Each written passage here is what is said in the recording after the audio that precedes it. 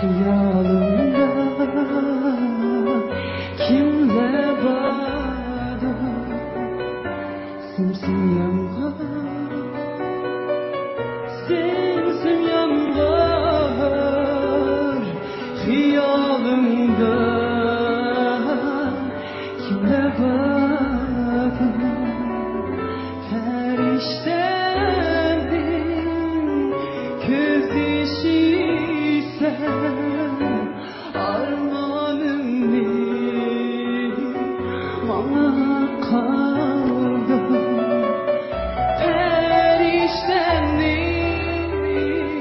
göz işi sen, armağanım ne bana kaldı.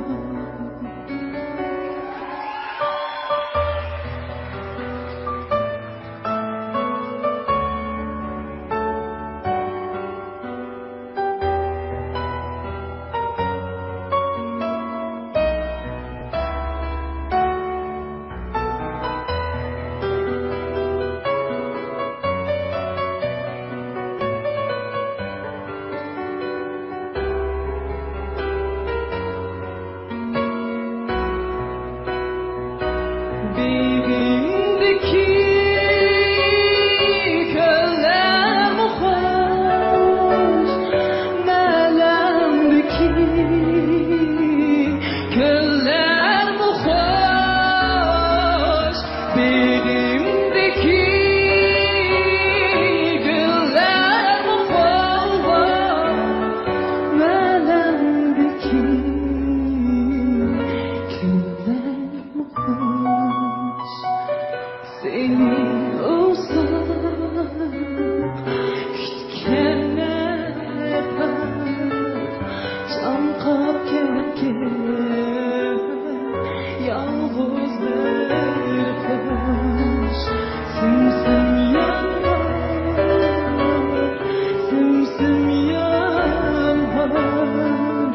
Öpmüşlerdir terkin haber. Sana okşaş yaksan değmem, yarın beni söysene. Sana okşaş yaksan değmem, yarın beni söysene. Yarım beni söylesene.